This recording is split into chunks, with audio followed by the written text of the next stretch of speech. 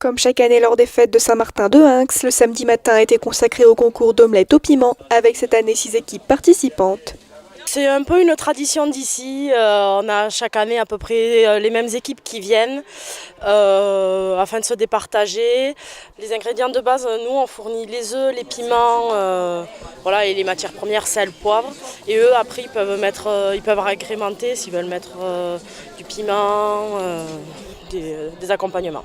Les participants avaient 30 minutes et pas une de plus pour réaliser leur omelette, ainsi qu'un décor en accord avec le nom de leur équipe. Et si tous disposaient des mêmes ingrédients, chacun avait sa technique ou son petit secret pour sublimer le goût de son omelette. On a toujours participé, on a été championne, je ne sais pas comment on dit, 2 années en suivant. Et voilà, mais on continue notre participation. Voilà.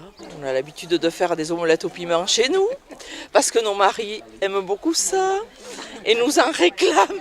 Il faut faire cuire les piments lentement, dans un peu de graisse, si possible. Il ne faut pas les laisser cramer, parce que sinon ça... c'est pas très bon. Ça dénature l'omelette. Voilà, ça dénature l'omelette, mais il faut qu'il soit bien cuit quand même. Le thème était facile.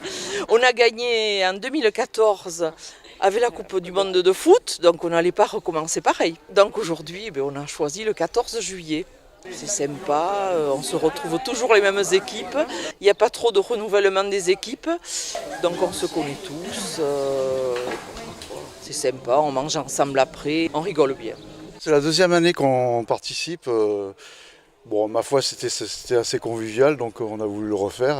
C'était sympa. Et puis ça permet, parce que nous on n'est pas de la région, ça nous permet aussi de nous intégrer plus ou moins. Et puis de connaître les gens un peu plus, enfin, qui sont de la région, quoi.